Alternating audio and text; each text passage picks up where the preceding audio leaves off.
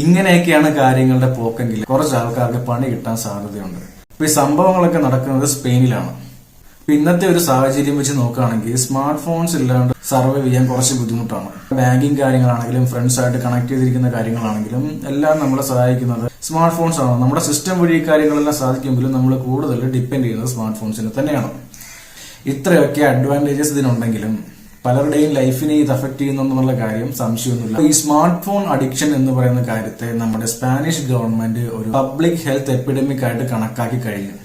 ഒരു എക്സാമ്പിൾ ഞാൻ പറയുകയാണെങ്കിൽ ഇൻസ്റ്റഗ്രാമിലൊക്കെ ഒരു പോസ്റ്റ് കാണാൻ വേണ്ടി കയറി കഴിഞ്ഞാൽ 1-2 മണിക്കൂർ സമയം പോകുന്നതും അറിയയില്ല. ഇൻസ്റ്റഗ്രാം നമ്മുടെ സമയം കൺസ്യൂം ചെയ്യുന്നുണ്ടെന്ന് മനസ്സിലാക്കിയിട്ട് നമ്മൾ ഇൻസ്റ്റഗ്രാം കളഞ്ഞു ഓട്ടോമാറ്റിക് ആയിട്ട് നേരെ യൂട്യൂബിൽ ഷോർട്സ് കണ്ട് സമയം കളയും.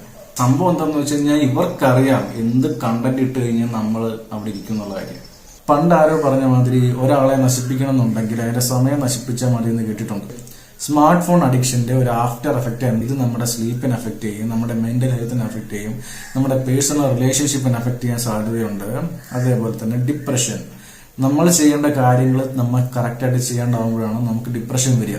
ഇപ്പൊ നമ്മൾ കാലത്ത് എഴുന്നേറ്റു നമുക്കറിയാം ഇന്ന കാര്യങ്ങളൊക്കെ ചെയ്തു തീർക്കാനുണ്ടെന്നറിയാം, പക്ഷെ സംഭവം നമ്മുടെ ടൈം എല്ലാം വേസ്റ്റ് ആയിപ്പോയി. അപ്പൊ അങ്ങനെ നോക്കുകയാണെങ്കിൽ in the end of the day നമ്മൾ ഡിപ്രസ്ഡ് ആയിരിക്കുള്ളൂ. അതുകൊണ്ട് ഇതേപോലെയുള്ള കാര്യങ്ങളൊക്കെ ഉള്ളതുകൊണ്ട് സ്പാനിഷ് ഗവൺമെന്റ് കുറച്ച് എക്സ്പേർട്സ് അടങ്ങുന്ന കുറച്ച് എക്സിക്യൂട്ടീവിനെ വെച്ച് ഇതിനെ പറ്റിയുള്ള ഒരു റിപ്പോർട്ട് തയ്യാറാക്കുന്നതിന് വേണ്ടിയിട്ട് അവര് ഏകദേശം ഒരു 250 പേജുള്ള ഒരു റിപ്പോർട്ട് തയ്യാറാക്കി. ഇതിൽ ഒന്നാമത്തെ കാര്യമാണ് സ്മാർട്ട് ഫോൺ അഡിക്ഷനെ ഒരു പബ്ലിക് ഹെൽത്ത് എപ്പിഡമിക് ആയിട്ട് കണക്കാക്കിയിട്ടുണ്ട്. മദ്യത്തിലൊക്കെ ഉള്ള മാതിരി മദ്യപാന ആരോഗ്യത്തിന് ഹാനികരം എന്നുള്ള പോലെ നമ്മുടെ സ്മാർട്ട് ഫോൺസിലും ഇനി ഒരു വാർണിംഗ് ഉണ്ടാവും. എക്സസീവ് സ്ക്രീൻ ടൈമിനെ പറ്റിയുള്ള അവയർനെസ് പ്രൊവൈഡ് ചെയ്യുന്നതിന് വേണ്ടിയിട്ടാണ് പറയുന്നത്. അപ്പോൾ രണ്ടാമത്തെ കാര്യം 3 വയസ്സിന് താഴെയുള്ള കുട്ടികൾക്ക് ഡിജിറ്റൽ ഡിവൈസസ് കംപ്ലീറ്റ്ലി ബാൻ ചെയ്തിട്ടുണ്ട്. അതാണ് രണ്ടാമത്തെ കാര്യം.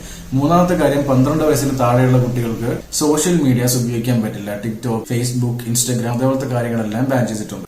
പിന്നെ 4ാമത്തെ കാര്യമാണ് 16 വയസ്സിന് താഴെയുള്ള കുട്ടിയാണെങ്കിൽ ഡം ഫോൺസേ ഉപയോഗിക്കാൻ പാടുള്ളൂ. ഡം ഫോൺസ് എന്ന് വെച്ച് കഴിഞ്ഞാൽ ബേസിക് കാര്യങ്ങൾ ഉണ്ടാവുള്ളൂ. അത്യാവശ്യം കോൾ ചെയ്യാം, ടെക്സ്റ്റ് ചെയ്യാം, അതേപോലത്തെ കാര്യങ്ങളൊക്കെ ഉള്ള ഫോണാണ് ഡം ഫോൺസ്. എക്സാമ്പിൾ പറയുന്നത് നോക്കിയ ഫോൺസ് അല്ലേ, പഴയ കീപാഡ് നോക്കിയ ഫോൺസ് എല്ലാം ഡം ഫോൺസിന് എക്സാമ്പിൾ ആണ്. പിന്നെ ഒരു കാര്യമുള്ളത് നമ്മൾ ഏതെങ്കിലും ഒരു ആപ്ലിക്കേഷൻ എക്സസീവ് ആയിട്ട് യൂസ് ചെയ്യുകയാണെങ്കിൽ നമുക്കൊരു നോട്ടിഫിക്കേഷൻ സിസ്റ്റം ഉണ്ടാവും. ഞാൻ പറഞ്ഞ ഏകദേശം 250 പേജുള്ള റിപ്പോർട്ടാണ്. ഞാൻ ഇതിന്റെ ഓവർവ്യൂ മാത്രമേ പറഞ്ഞിട്ടുള്ളൂ. നിങ്ങൾക്ക് ഇതിനെ പറ്റിയുള്ള കൂടുതൽ ഡീറ്റെയിൽസ് അറിയണമെങ്കിൽ ഞാൻ ലിങ്ക് എന്റെ കമന്റ് ബോക്സിൽ ഇട്ടിട്ടുണ്ട്. ഓൾറെഡി ഈ കാര്യങ്ങളെല്ലാം പാർലമെന്റിലേക്ക് മൂവ് ചെയ്തതാണ്.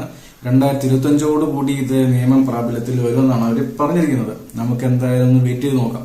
ഇപ്പോഴത്തുള്ള വീഡിയോസ് എല്ലാം നിങ്ങൾക്ക് ഇഷ്ടമാണെന്നുണ്ടെങ്കിൽ എന്റെ ചാനൽ ഒന്ന് സബ്സ്ക്രൈബ് ചെയ്തേക്കാം. ഓക്കെ, ടെക് റിലേറ്റഡ് ആയിട്ടുള്ള വീഡിയോസ് ആണ് ചെയ്യുന്നത്. ഓക്കെ, അപ്പൊ അത്രയൊക്കെ ഉള്ളൂ.